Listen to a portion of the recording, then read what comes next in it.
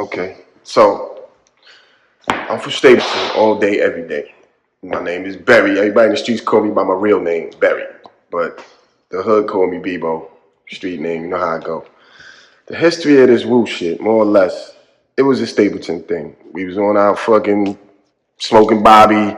We was heavy into the karate flick. The whole island was, but we took it to another level when it came to understanding what these films was talking about and what we got out of it. And when we watched that Wu Tang vs. Shaolin movie, me, Ghost, Pop the Brown, Hornet, Download Record, R&S, a few other heads from Stapleton. So this is a martial arts film? This is a martial arts film called Shaolin vs. Wu Tang. Y'all went to see that at the movies or y'all had it on VHS? We had a tape. Okay. Now, if you watch the Wu Tang series that came out on Hulu, there's a scene where Ghost and RZA talking about this tape and sharing the tape around. That's actually how it went down.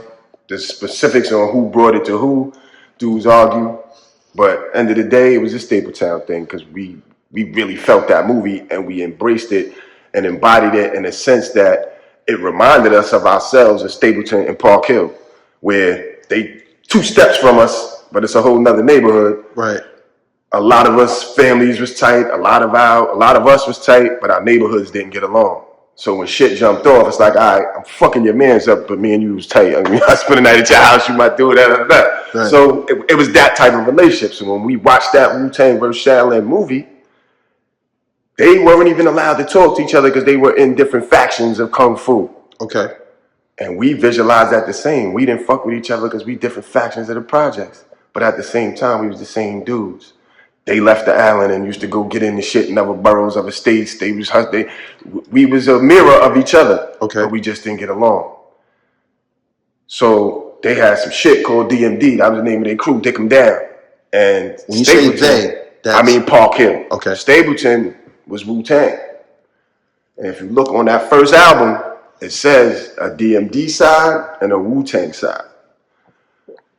That was the difference. That was Stapleton and Park Hill.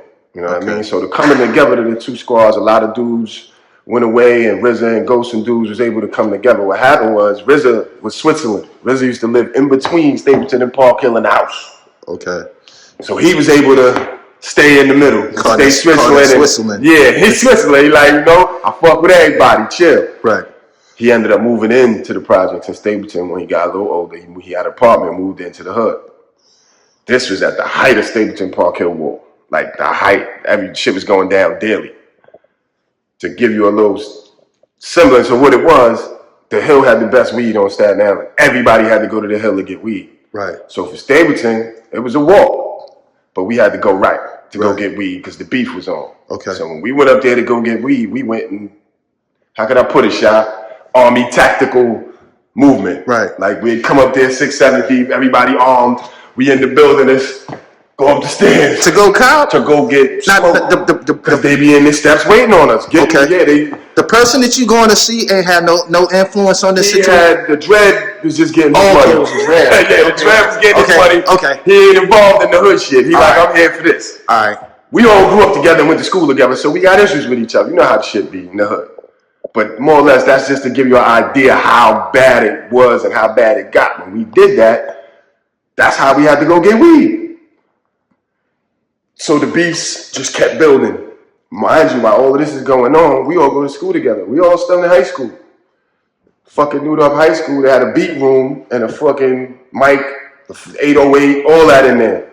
So Park Hill niggas would go in like 7th period and make their diss tracks towards the town. We'd go in 8th period, make our diss tracks towards them, and then we played in the hood. Right.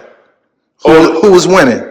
Who was winning the battle? Who was winning? Yeah. They was going at it. Okay. I can't even put a winner on that because they was going at it. All right. What I will tell you though, if you watch that Hulu series, that whole scene at the Park Villa out here, which was one of the biggest clubs on Staten Island, the dread who used to run Park Hill came and brought he brought KRS, he brought a few people to the fucking Rakim at one of them shows, as they showed in that show.